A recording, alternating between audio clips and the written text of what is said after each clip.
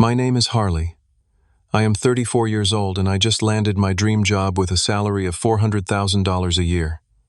Growing up in a household where money was always scarce, this felt like winning the lottery. But when I shared the news with my family, my father looked me dead in the eyes and said, 50% for us, 30% for your sister, no excuses. That afternoon I packed everything I owned and stopped paying their bills. Before I tell you what happened next, let me know where you are watching from. Hit like and subscribe to join me on this journey of finally standing up for myself after years of financial manipulation. I grew up in a middle-class neighborhood in Chicago where our family lived in a modest 3-bedroom house that always seemed to need repairs my father never got around to fixing. My father, Richard, worked as a sales manager at a local car dealership. On paper, he made good money, but you would never know it by the way we lived. Dad always had an air of authority about him, standing at 6 feet 2 inches with broad shoulders and a booming voice that could silence a room. He controlled every aspect of our family life, especially the finances. Money does not grow on trees, Harley. He would lecture me constantly. Everything in this house comes from my hard work. The irony was that most of our financial problems stemmed from his gambling habit. Every other weekend, he would disappear to the riverboat casinos along the Mississippi, returning either jubilant with temporary winnings or more often sullen and quick to anger after losing. My mother, Diane, was the opposite of my father in every way. Petite with soft-spoken mannerisms, she worked as a receptionist at a dental office, but never seemed to have any say in how her paycheck was spent. She would just nod along with whatever Dad decided, her eyes downcast, her opinions silenced years ago. Your father knows best, she would whisper to me whenever I questioned their decisions. Just try not to upset him. Her entire existence seemed dedicated to keeping the peace even at the cost of her own dignity. Then there was my sister Amanda, 2 years younger than me, but somehow always the center of attention. Amanda was the golden child, the one who got new clothes while I wore hand-me-downs, the one whose extracurricular activities were priorities, while mine were luxuries we could not afford. Your sister is more delicate than you, my mother would explain. She needs more support. This translated to Amanda never having to work a day during high school, while I started bussing tables at 14 just to have money for school supplies. Our household had a predictable rhythm of financial crisis, followed by temporary relief, followed by another crisis. The electricity would get shut off. Dad would borrow money from his brother. Lectures about spending less would follow, and within months, we would be back in the same situation. Through it all, I was expected to contribute while Amanda was protected. The summer before my sophomore year of high school, I landed my first official job at a local grocery store. I still remember the pride I felt receiving my first paycheck of $326 for 2 weeks of after-school shifts. That pride evaporated quickly when my father held out his hand as soon as I got home. Family contribution, he declared, taking the entire check. This will help with the water bill. I never saw a penny of that money, nor of most of the paychecks that followed. Meanwhile, Amanda received $100 of allowance monthly for keeping her grades up, even though my grades were better. Technology became my escape. The school computer lab became my sanctuary during lunch periods and after classes. I taught myself coding through free online resources, spending hours at the public library when our home internet was cut off for non-payment. While my father gambled away his paychecks and my mother made excuses for him, I was building a foundation for my future. Always on those computers, my father would scoff. How is that going to put food on the table? Despite his dismissal, I applied for and won a partial scholarship to the state university to study computer science. It only covered about 60% of the tuition, so I worked 2 part-time jobs throughout college to make up the difference and pay for my books and living expenses. I lived in the cheapest apartment I could find, sharing a 2-bedroom place with 3 other students to keep costs down. Even during college, the financial demands from home never stopped. Every crisis was somehow my responsibility to solve. Car repairs, medical bills, the time Amanda crashed her car without insurance, all of these became my problems. We supported you your whole life, my father would remind me during his calls asking for money. This is what family does. What hurt most was how my father would take credit for my achievements in front of others. At family gatherings, he would brag about putting his son through college, and how all those computer games finally paid off, as if my success was his creation. not something I had achieved, despite his obstacles. The final straw from my college years came when I had saved $2,000 toward a used car. I had been taking the bus for over an hour each way to get to classes and my job. The money was in my account for less than a week when my parents called about the property tax bill they had forgotten about. After 3 days of guilt trips and my mother crying on the phone, I transferred the money to them. They bought Amanda a spring break trip to Florida 2 months later. These patterns continued through my early 20s. Each time I tried to establish financial independence, some family emergency would pull me back in. I became the family bank expected to provide without question while trying to build my own life from scratch. The worst part was that I normalized this treatment, believing that this was what all families did, that children were supposed to support their parents indefinitely, regardless of the cost to their own futures. After graduating with my computer science degree, I took a junior developer position at a small software company in Chicago.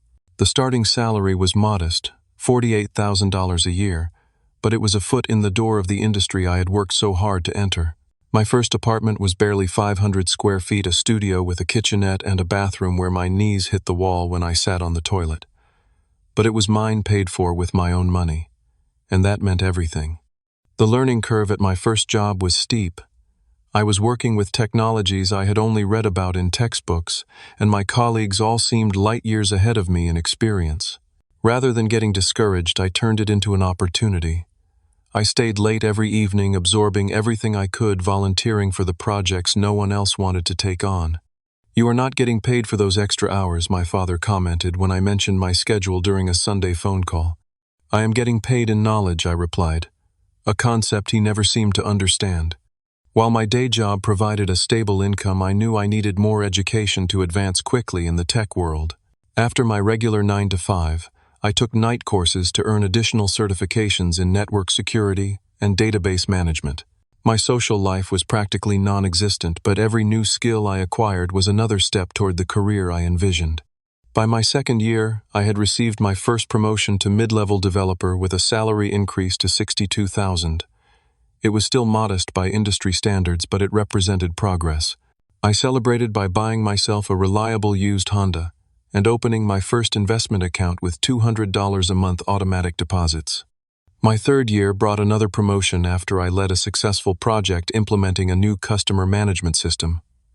The senior developer position came with more responsibility and a bump to $78,000 annually. I moved to a slightly larger apartment in a better neighborhood, though I kept my expenses low, remembering the financial instability of my childhood. Through it all, the requests from home never stopped. Amanda needed help with her credit card debt. The roof was leaking. Dad had a temporary cash flow problem. Each time I would help, though, I had started setting limits, offering what I could afford rather than what they demanded. "We did not raise you to be selfish," my mother said, when I could only send $500 instead of the $2,000 they wanted for Amanda's car repairs. By my late 20s, I had job hopped to a medium-sized tech company, increasing my salary to $110,000. I was finally building substantial savings and investments. I had also found my specialization in cloud architecture, an emerging field with significant demand. I pursued advanced certifications and became known for solving complex integration problems that other developers avoided.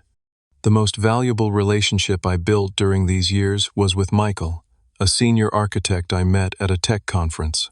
Unlike my other colleagues who were just professional acquaintances, Michael became a true friend and mentor. He was 10 years older than me, accomplished in the field, and most importantly, he recognized my potential before I fully saw it myself. "You are undervaluing yourself," he told me over beers after reviewing my latest project. "You could be making twice what you are now at the right company." With Michael's encouragement, I started applying for more ambitious positions.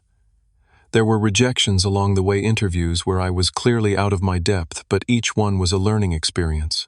I kept detailed notes on what questions stumped me, then went home and studied those topics until I mastered them. Last month, an opportunity arose at Horizon Technologies, one of the most innovative cloud service providers in the country. They were looking for a principal cloud architect to lead a new division focused on artificial intelligence integration. The position required extensive experience with technologies I had been specializing in for years. The interview process was grueling, 4 rounds over 3 weeks, including a technical challenge that required me to design a scalable architecture for a hypothetical client with complex requirements. I spent an entire weekend on the challenge, sleeping only a few hours each night to perfect my solution. When my phone rang with Horizon's offer, I was walking to my car after a long day at my current job. The recruiter's voice was enthusiastic as she shared the news. "We would like to offer you the principal cloud architect position, Harley. The compensation package includes a base salary of $400,000 annually, plus performance bonuses and stock options." I had to ask her to repeat the number, certain I had misheard. $400,000. It was nearly 4 times my current salary. I stood in the parking lot, keys in hand, unable to move as the reality sunk in. This was life-changing money, the kind of income that could secure my future, allow me to buy a home instead of renting, to build substantial investments, to finally achieve the financial security I had been working toward my entire adult life. That evening I met Michael at our favorite bar to celebrate. He ordered champagne, insisting that this achievement deserved proper recognition. "I told you," he said, raising his glass. "They are lucky to have you. This is just the beginning." As we talked about the opportunity, Michael asked about my plans for the money. "First, a down payment on a condo," I said. "Then maxing out my retirement accounts. Maybe actually taking a vacation for once." "Your family will be thrilled," Michael commented, and I felt a twinge of anxiety at the mention of them. Despite our complicated history, I still wanted to share my success with my parents and sister. Part of me hoped that with this achievement they might finally see me differently, not as a resource to tap, but as a son who had accomplished something significant. I decided to drive to their house that weekend, to share the news in person, imagining their proud faces, perhaps even an acknowledgement of how far I had come despite the challenges. It was a decision I would soon regret. I arrived at my parents' house on Saturday evening, carrying a bottle of champagne and 3 takeout bags from their favorite steakhouse. The familiar scent of my mother's potpourri, mixed with the musty smell of the aging carpet, hit me as I walked through the door. The house looked the same as always, perhaps a bit more worn around the edges, the furniture showing its age, the paint slightly yellowed. "Look who finally remembered where he came from," my father called from his recliner, not bothering to get up. He was watching a baseball game, a beer balanced on the armrest. My mother emerged from the kitchen, wiping her hands on a dish towel. "Harley, what a surprise. And you brought food." Her eyes lit up at the sight of the bags. "Amanda, your brother is here with dinner." Amanda appeared from upstairs, her hair wrapped in a towel. At 32, she still lived at home, working part-time at a boutique downtown while my parents covered most of her expenses. She broke into a smile when she saw the food. "Fancy steakhouse." "What is the occasion?" she asked, peering into the bags. I helped my mother set the table, while explaining that I had some news to share. Once we were all seated with plates of filet mignon and loaded baked potatoes, I took a deep breath and made my announcement. "I got a new job," I began, trying to keep my voice casual despite my excitement. "A principal cloud architect position at Horizon Technologies." "Never heard of them," my father said, between bites. "They pay better than your current place." This was the moment I had been waiting for. Yes, significantly better. The base salary is $400,000 a year. The reaction was immediate. My mother's fork clattered against her plate. Amanda's eyes widened to perfect circles. My father stopped chewing mid-bite, then slowly resumed his expression, calculating. $400,000, my mother repeated, her voice hushed, as if saying it too loudly might make it disappear. "Oh, Harley, that is wonderful." "My little brother is rich," Amanda exclaimed, reaching over to punch my arm playfully. I always knew all that computer stuff would pay off someday. My father remained silent, but I could see the wheels turning behind his eyes. He took a long swig of his beer, set it down deliberately, then fixed his gaze on me. "When do you start?" he asked. 3 weeks from Monday, I replied. "I need to wrap things up at my current job first." "And when does the first paycheck come in?" The question struck me as odd, but I answered anyway. "They pay bi-weekly, so probably about 5 weeks from now." He nodded slowly, as if confirming something to himself. The conversation moved on to other topics, my mother asking about the office location, Amanda wondering if I would be buying a new car. The initial tension I had felt began to ease. Maybe this would be the positive turning point in our relationship I had hoped for. After dinner, as we moved to the living room with slices of the cheesecake I had brought for dessert, my father cleared his throat loudly, a sound I recognized from childhood as his preamble to an important pronouncement. "Your mother and I have been talking," he began, though this was clearly news to my mother, whose expression showed confusion, about our retirement and Amanda's future. I nodded, waiting for him to continue, a knot beginning to form in my stomach. "We have supported you your whole life," he said, using the same phrase he always deployed before asking for money. "Put a roof over your head, food in your mouth, clothes on your back. Now you have finally made it thanks to the foundation we provided. I appreciate everything you have done," I said carefully, already sensing where this was heading. "Good, because now it is time for you to show that appreciation in a meaningful way." He leaned forward, elbows on his knees. "With your new salary, we have worked out what would be fair for everyone." Amanda was nodding along, suddenly very interested in the conversation. My mother looked down at her hands. 50% for us," my father stated flatly. 30% for your sister. No excuses." The room went silent. I stared at him, waiting for the punchline to what surely must be a joke. But his expression remained serious, expectant even. "You want 80% of my salary," I finally managed to ask, my voice barely above a whisper. "We raised you," he replied, as if that explained everything. "And now we need to secure our retirement. The house needs work, your mother deserves to stop working at that dental office, and I want to finally enjoy life after decades of supporting this family." "And I need to pay off my student loans," Amanda chimed in. "Plus, I want to open my own boutique someday. You know I have always dreamed of that." I looked at my mother, hoping for some sign that she found this as outrageous as I did, but she merely gave a small shrug. "Your father has thought this through," she said softly. "We are family after all." My mind was racing, doing quick calculations. They wanted $320,000 of my $400,000 salary. That would leave me with $80,000, which was actually less than I currently made. "That would leave me with less than what I make now," I pointed out. "But you will get raises and bonuses," my father countered. "And you have always been good at living frugally. Besides, what do you need all that money for? You are single, no kids. We have real needs." The conversation quickly devolved into an argument as I tried to explain that while I was happy to help them, giving up 80% of my income was simply not reasonable. My father's tone grew increasingly irritated. "After all we sacrificed for you," he said, his voice rising.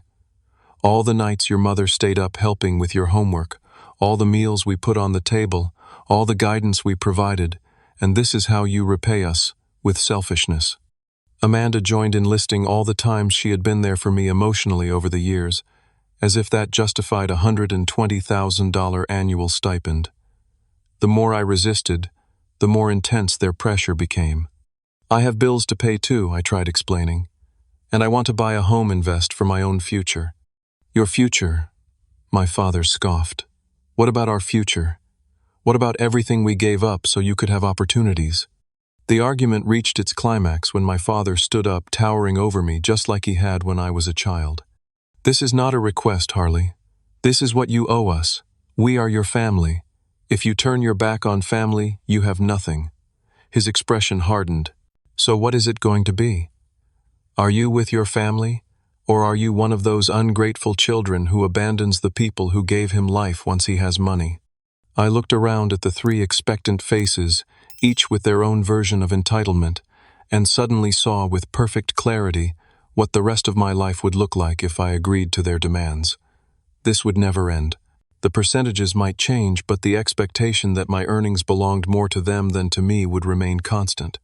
"I need some air," I said, standing up and walking out the front door without waiting for a response. Behind me, I heard my father call out, "Think carefully about your next move, son. Family is forever, but so are the consequences of turning your back on us." The cool evening air hit my face as I walked to my car, hands shaking slightly as I fumbled for my keys. I did not pull out of the driveway immediately, just sat behind the wheel trying to process what had just happened. The champagne I had brought to celebrate my achievement now seemed like a cruel joke. I drove aimlessly around the neighborhood where I grew up, past the elementary school with its faded playground equipment, past the corner store, where I had bought penny candy as a kid, past the park where I had spent countless hours alone, when the tension at home became too much. Each familiar landmark seemed to carry the weight of memories, most of them tinged with the same dynamics I had just experienced at dinner. My phone buzzed repeatedly with text messages from Amanda and my mother, but I ignored them. I needed space to think, to understand my own feelings, without their voices in my head. After about an hour of driving in circles, I pulled into the parking lot of a 24-hour diner that had been a refuge during my high school years. The same neon sign flickered above the entrance, promising comfort food and anonymity. Sliding into a booth, I ordered coffee and tried to sort through the tumult of emotions. Anger, certainly, disappointment, hurt. But beneath those immediate reactions was something deeper, a profound sadness at the recognition that the family I had always hoped for, the one that would be proud of my achievements and happy for my success, did not exist. I flashed back to my 16th birthday, when I had saved up for months to buy parts to build my first computer. My father had discovered the components hidden in my closet and accused me of wasting money on toys when the family needed new tires for the car. He had made me return everything and hand over the refund money. The computer that could have been the start of my portfolio of work was sacrificed for tires on a car I was rarely allowed to drive. Then there was my high school graduation, when I received an academic achievement award and scholarship. While the parents of other students took photos and planned celebration dinners, my father had simply asked, "Will this scholarship cover all the costs, or are we going to have to pay something?" The accomplishment itself meant nothing, only its financial implications for him. As these memories flooded back, I realized this pattern had been constant throughout my life. My achievements were valued not for what they represented about my growth or character, but solely for how they could benefit my parents and sister financially. I had never been seen as an individual with my own dreams and needs, only as a resource to be tapped. Around midnight, I finally called Michael. Despite the late hour, he answered on the second ring. "What is up? Everything okay?" His voice was alert, concerned. I explained what had happened at dinner, my words pouring out in a rush. When I reached the part about my father demanding 80% of my salary, Michael let out a low whistle. "That is not family supporting each other, Harley. That is exploitation," he said firmly. "No reasonable parent asks for that kind of arrangement." "But they raised me," I said, echoing my father's justification despite myself. "Do not I owe them something for that?" "Parents choose to have children, and raising them is the basic responsibility that comes with that choice," Michael replied. "Supporting your parents in their old age is one thing. Becoming their cash cow is another entirely." We talked for nearly an hour, Michael helping me see the situation from outside the fog of family dynamics. He shared stories of his own parents, who had celebrated his career successes and refused financial help even when he offered it, insisting he save for his own future first. "What they are asking is not normal," he emphasized. "It is not what loving parents do." After hanging up, I drove back to my apartment, but sleep eluded me. I sat at my computer researching family financial abuse and found article after article describing dynamics that felt eerily familiar. Adult children being guilt-tripped into supporting able-bodied parents, the weaponization of family obligation, the use of emotional manipulation to extract financial support. I began calculating what my life would look like if I gave in to their demands. After taxes, my $400,000 salary would net about $270,000. Giving 80% of that to my family would leave me with $54,000 a year, significantly less than my current take-home pay. I would be working a high-stress, demanding job while living with less financial freedom than I had now. The down payment for a home would remain a distant dream. Retirement savings would be minimal. And for what, so my father could retire early, so Amanda could pursue her boutique dreams, without having to save or get a business loan like everyone else. I thought about all the times I had tried to establish reasonable boundaries around money. The time I had offered to pay for a financial advisor to help my parents budget their income, only to be accused of trying to control them. The time I had suggested Amanda look into student loan forgiveness programs, only to be told I was being stingy. Every attempt at helping in a sustainable way had been rejected in favor of direct cash transfers that disappeared into the black hole of my family's finances. As dawn broke, I reached a moment of clarity. This pattern would never end unless I ended it. No amount of money would ever be enough. No achievement would ever be celebrated for its own sake. The goalposts would always move, the demands would always increase, and I would forever be trying to buy the approval and love that should have been freely given. I realized that standing up for myself was not selfish, as my father had always claimed when I resisted his demands. It was necessary for my own survival and well-being, and perhaps in some distant future, it might even be the catalyst for a healthier relationship with my family, though I was not naive enough to count on that outcome. With this clarity came a plan. It would not be easy, and it would certainly not be without emotional cost. But for the first time in my life, I was choosing myself, my future, and my right to enjoy the fruits of my own labor. The decision felt simultaneously terrifying and liberating. The next morning I woke up with a sense of purpose I had not felt in years. The path forward was clear if difficult. I needed to break the financial ties that had kept me bound to unhealthy family dynamics for so long. This would require careful planning and quick execution before my resolve could be weakened by guilt or manipulation. My first stop was a new bank across town where I opened checking and savings accounts. I provided my new work address rather than my home address for all correspondence.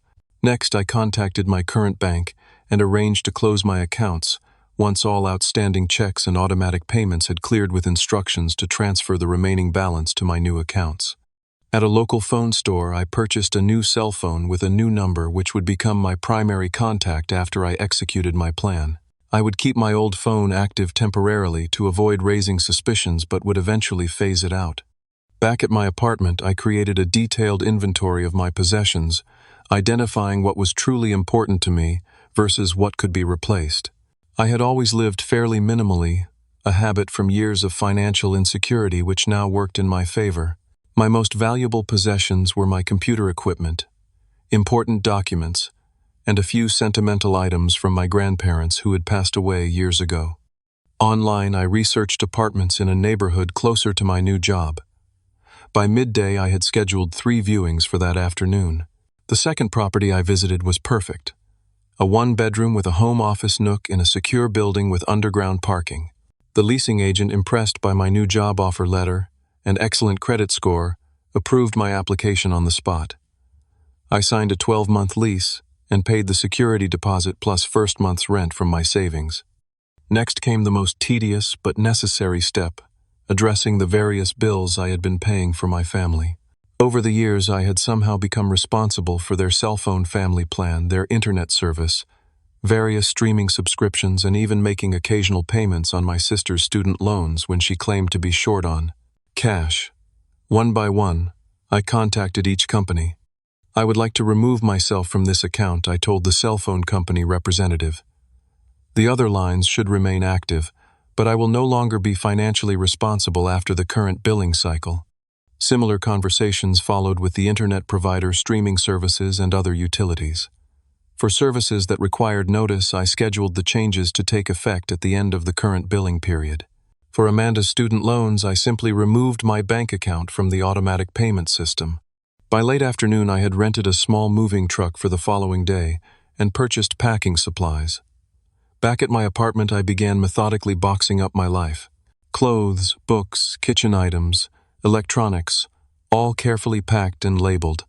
The efficiency of my packing reflected the clarity of my decision, each sealed box another step toward independence. That evening, I drove back to my childhood home one last time.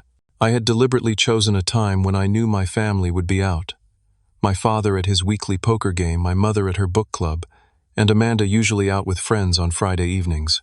Using my key, I entered the silent house and made my way to my old bedroom, which had been partially converted to storage after I moved out, but still contained boxes of my childhood belongings. The room felt smaller than I remembered, the faded posters on the walls, remnants of earlier dreams and interests. I sat on the edge of the twin bed that remained against one wall, running my hand over the worn quilt my grandmother had made. For a moment, nostalgia threatened to weaken my resolve, memories of rare, happy moments, mixing with the more prevalent, difficult ones. I reminded myself that I was not erasing my past or my family from my life completely. I was simply establishing boundaries that should have existed all along. With renewed determination, I filled 2 boxes with the items that mattered: photographs, academic awards, the few gifts that had actually been thoughtful, a small collection of books that had shaped my thinking. Before leaving, I sat at the small desk and wrote a letter explaining my decision. The words came more easily than I expected, years of unspoken feelings finding their way onto the page. Dear Dad, Mom, and Amanda, by the time you read this, I will have moved to a new apartment and changed my contact information. This decision comes after much reflection on our relationship, particularly regarding finances. The demand that I turn over 80% of my salary to you was the final evidence that you see me not as a son and brother, but as a source of income. This is not a healthy dynamic for any of us. I have removed myself from all family bills I have been paying. These financial responsibilities are now yours, as they should have been all along. I am not doing this out of spite, but out of the necessity to establish boundaries that should have existed long ago. I need time and space to reassess our relationship. Any future contact will need to be based on mutual respect rather than financial expectations. Harley. I sealed the letter in an envelope and placed it on the kitchen counter where it would be easily found. Looking around the house one last time, I felt a complex mixture of sadness and liberation. Then I walked out the door, locking it behind me. The next morning, with the help of 2 movers I had hired for a few hours, I loaded everything from my apartment into the truck. By noon, I was unloading at my new place.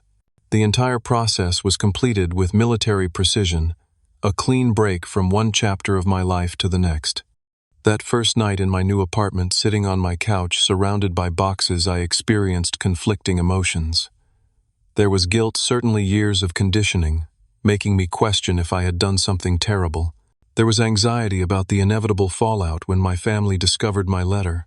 But overshadowing these was an unfamiliar feeling of lightness, as if a weight I had carried for so long had finally been lifted from my shoulders. For the first time in my adult life, my financial resources were truly my own. My future belonged to me alone. The road ahead would not be easy, but it was at last mine to travel as I chose.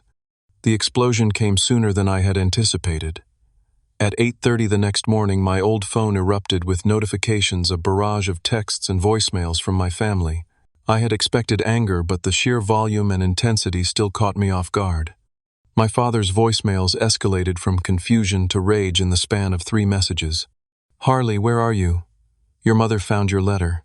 Call us immediately so we can discuss this misunderstanding. Then I cannot believe you would pull this kind of stunt. After everything we have done for you, this is how you repay us, by running away like a child. And finally, you listen to me, son. You have one day to come to your senses and apologize to your mother. She is crying her eyes out because of your selfishness. One day, or you will regret it. Amanda's messages were no less forceful, though her approach leaned more heavily on guilt than threats. How could you do this to us? Mom is devastated. Dad is furious. And what about me? I was counting on your help for my boutique. My dream is just worthless to you, I guess. You have always been selfish, but this is a new low. My mother's messages were the hardest to hear, her voice soft and trembling. Harley, sweetie, please call me. Just me, not your father. I do not understand what happened. We are family. We are supposed to help each other. Please come home so we can talk. I listened to each message, allowing myself to feel the pain and guilt they were designed to trigger, but I did not call back. Instead, I sent a single text to all 3 of them from my old phone. I need space and time. My decision stands. Please respect my boundaries. Then I silenced the phone and focused on settling into my new apartment and preparing for my upcoming job. I had given myself a week between jobs to get organized and decompress, time that now proved essential for dealing with the family crisis I had precipitated. The messages continued throughout the day, alternating between anger, bargaining, and emotional manipulation. By evening, they had taken a darker turn, with my father threatening to come to my workplace and straighten things out in person. That was concerning enough for me to save the voicemail as evidence, just in case. The next morning, my old email inbox contained messages from extended family members, aunts, uncles, and cousins. I rarely spoke to all, expressing their shock at my abandonment of my parents and sister. It was clear my father had been making calls, recruiting allies in his campaign to bring me back in line. Some messages were sympathetic to him, citing his sacrifices as a parent. Others were more measured, suggesting family counseling or mediation. My father's brother, Uncle Steve, who had always been somewhat of an outsider in the family himself, sent a different kind of message. Harley, I do not know exactly what happened, but knowing my brother, I can guess. Call me if you need someone to talk to who understands the family dynamics. Sometimes distance is necessary for health. Take care of yourself. That small show of support meant more than I could express, a reminder that not everyone viewed family obligations through the same distorted lens my parents did. 3 days after my departure, the situation escalated dramatically. I was at a coffee shop near my new apartment working on some preparation materials for my new job when my phone lit up with a call from a number I did not recognize. Normally I would have let it go to voicemail, but something prompted me to answer. "Is this Harley?" a woman's voice asked. "This is Diane from Human Resources at Horizon Technologies. There is a situation in our lobby I think you should be aware of." My stomach dropped as she explained that 3 people claiming to be my family were demanding to speak with me, becoming increasingly loud and disruptive when told I did not start work until next week and was not in the building. "They are insisting on leaving a message with someone from your department," she continued. "Security is handling it, but I thought you should know." I thanked her, ended the call, and sat in stunned disbelief. They had tracked down my new employer and shown up in person, potentially damaging my professional reputation before I had even started. The boundary violation was staggering. That evening I received an email from the HR director at Horizon, expressing concern about the incident and requesting a meeting before my start date to discuss the situation and ensure it does not impact your work environment.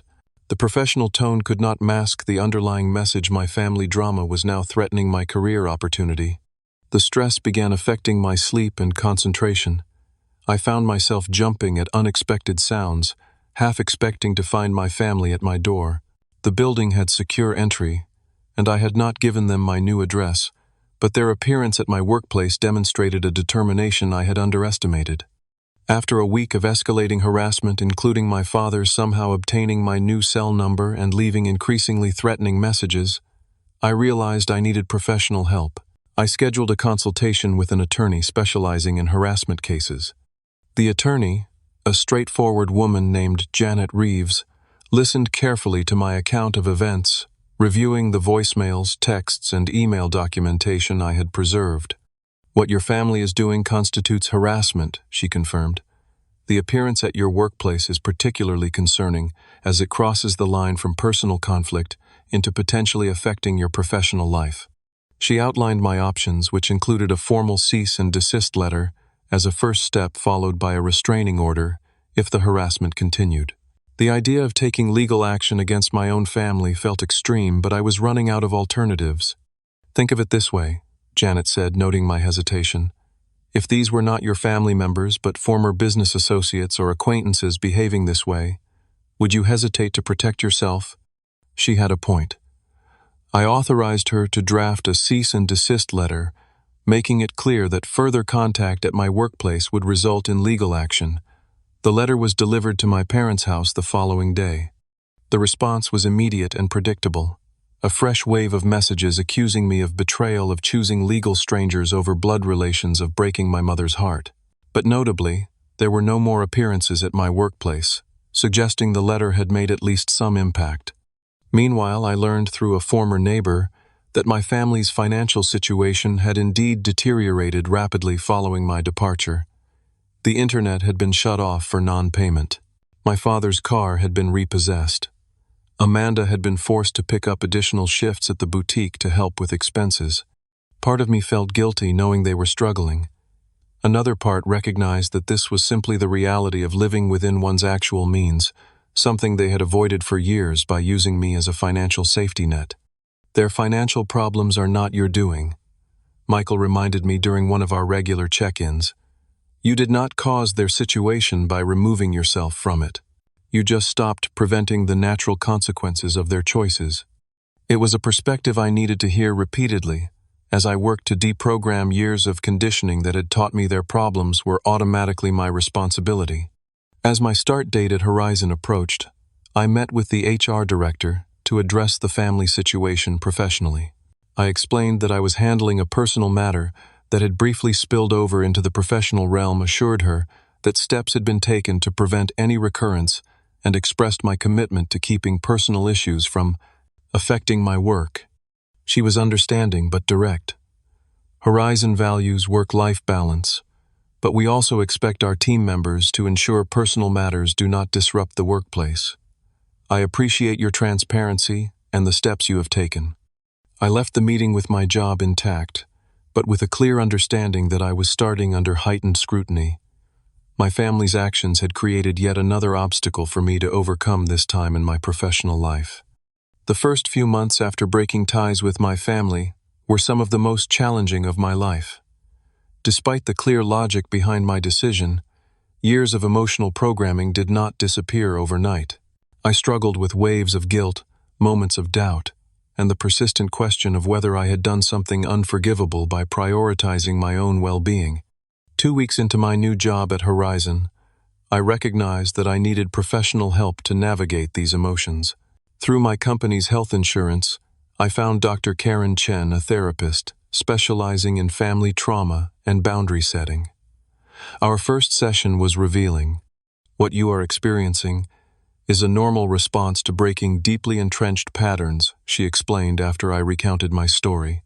The guilt, the second-guessing, even the physical symptoms like trouble sleeping, these are all common when someone steps away from a dysfunctional family system. Over the following weeks, our sessions helped me understand the dynamics that had shaped my relationship with my family. I learned about concepts like financial abuse, emotional blackmail, and the parentification of children. Most importantly, I began to recognize that my worth was not tied to what I could provide for others. Healthy family relationships are reciprocal, Dr. Chen emphasized. Support flows in multiple directions based on need and ability, not as a one-way obligation. As I gained emotional clarity, I also took practical steps to secure my future. With guidance from a financial advisor, I developed a comprehensive plan for my new income. I maxed out my retirement contributions, established an emergency fund, and began saving for a down payment on a condo. For the first time, I was planning my financial future, based on my own goals and values, not on anticipation of the next family crisis. The harassment from my family gradually decreased, though it never fully stopped. The cease and desist letter had established consequences they seemed unwilling to test, though occasional messages still came through new phone numbers or email addresses, typically around holidays or family birthdays. 3 months after starting at Horizon, I felt secure enough in my position to approach the issue of my family from a position of strength rather than reaction. After consulting with Dr. Chen, I drafted a letter outlining terms under which I would consider providing limited financial support. My offer was structured and conditional. A monthly contribution of $2,000 paid not directly to my parents, but to a financial advisor who would help them create and stick to a budget. The support would continue only if they attended financial counseling sessions and demonstrated progress toward self-sufficiency. For Amanda, I offered to pay for business planning classes if she was serious about opening a boutique, but not to fund the business itself. The letter concluded with clear boundaries, no unscheduled contact, no discussions of money outside the established arrangement, and no disparaging comments or emotional manipulation. Any violation would result in immediate termination of support. I sent the letter through my attorney, maintaining the professional buffer I had established. The response took nearly 2 weeks to arrive, suggesting lengthy family discussions. My father's handwriting was instantly recognizable on the envelope. Inside was a terse rejection of my terms. We do not need your charity with strings attached. Either you help your family properly or not at all. While disappointing, the response was not surprising. The offer had never been primarily about the money, but about establishing a framework for a healthier relationship. Their rejection confirmed what I had suspected: the financial support had been less important to them than the control it represented. You gave them an opportunity to choose a different path. Dr. Chen reminded me during our next session that they declined. It is their choice, not your failure. As months passed, I settled into my new role at Horizon, gradually building a reputation for innovative solutions and reliable delivery. The work was challenging, but fulfilling, pushing me to grow professionally while providing the financial security I had worked toward for so long. My personal life began to expand as well. Freed from the constant drain of family crises, I had energy to invest in friendships and activities. I joined a local tech meetup group, started rock climbing at an indoor gym, and even took cooking classes, discovering interests I had never had time to explore. Through the climbing gym, I met Sophia, a software engineer with a quick wit and a refreshing directness. Our relationship developed slowly, beginning as climbing partners and evolving into something deeper. When I eventually shared my family situation with her, her response was supportive without being judgmental. "Families are complicated," she said simply. "You did what you needed to do for your own health." Sophia came from a close-knit family with healthy boundaries, a dynamic so different from my own experience that it seemed almost foreign. The first time I met her parents, I was struck by how they celebrated her accomplishments without taking credit for them, how they offered help without creating obligation, how they treated her as an adult with her own life rather than an extension of themselves. "Is this what normal families are like?" I asked Michael after that first meeting. "More or less," he confirmed. "Not perfect, but fundamentally supportive rather than extractive." 6 months into my estrangement from my family, I received an unexpected email from my mother, sent from a new address I did not recognize. Unlike previous communications, this one contained no guilt trips or demands, just a simple request to meet for coffee, just the two of us. After discussing it with Dr. Chen, I agreed to a brief meeting in a public place. My mother looked older than I, remembered more tired, the lines around her eyes deeper. We sat across from each other awkwardly, years of unspoken feelings creating a barrier between us. "Your father does not know I am here," she said after we had exchanged stilted pleasantries. "Things have been difficult since you left." She explained that they had been forced to downsize, moving from the family home into a smaller apartment. My father had taken on extra shifts at the dealership. Amanda had moved in with a friend to save on rent. "I am not telling you this to make you feel bad," she added quickly, "just so you know what has been happening." For the first time in our relationship, my mother seemed to be speaking as herself, not as an extension of my father. We talked for nearly an hour, avoiding the topic of money entirely, instead sharing small updates about our lives. Before we parted, she hugged me briefly. "I am proud of you," she whispered. "I should have said that more." That meeting became the first tentative step toward a new kind of relationship with my mother, limited but more authentic than what had existed before. We began exchanging occasional emails, sharing small parts of our lives without expectations or demands. My father and sister remained distant, unwilling to accept the new boundaries. I heard through my mother that my father dismissed my success as luck and my boundaries as selfishness, narratives that allowed him to avoid examining his own role in our estrangement. Rather than dwelling on what could not be changed, I focused on building the life I wanted. At the 1-year mark in my new position, I received an excellent performance review and a substantial bonus. With my savings and the bonus combined, I had enough for a down payment on a modest but modern condo in a neighborhood I loved. The day I signed the closing papers was significant, beyond the financial milestone it represented. Standing in what was now my home, I realized how far I had come from the scared, guilty person who had packed his belongings in secret just 1 year earlier. I had established a career I was proud of, created a home that was truly mine, built relationships based on mutual respect rather than obligation, and most importantly learned that taking care of myself was not selfish, but necessary. That evening, sitting on the floor of my new living room with Sophia and Michael sharing takeout and champagne amid the boxes still waiting to be unpacked, I felt a sense of peace I had not known was possible. The journey had been painful, the loss is real, but the freedom I had found was worth every difficult step. Looking back at the past year, I realized that the $400,000 job was never really the point of my story. It was simply the catalyst that forced me to confront patterns that had been harmful for years. The true value of what I gained was not measured in dollars, but in self-respect, in boundaries honored, in the quiet dignity of owning my own life. For anyone facing similar struggles with family financial exploitation, know that it is possible to break free. Setting boundaries is not selfish, it is necessary. True family supports your growth rather than stifling it for their benefit. And sometimes the most loving thing you can do, both for yourself and for those who would take advantage of you, is to say no.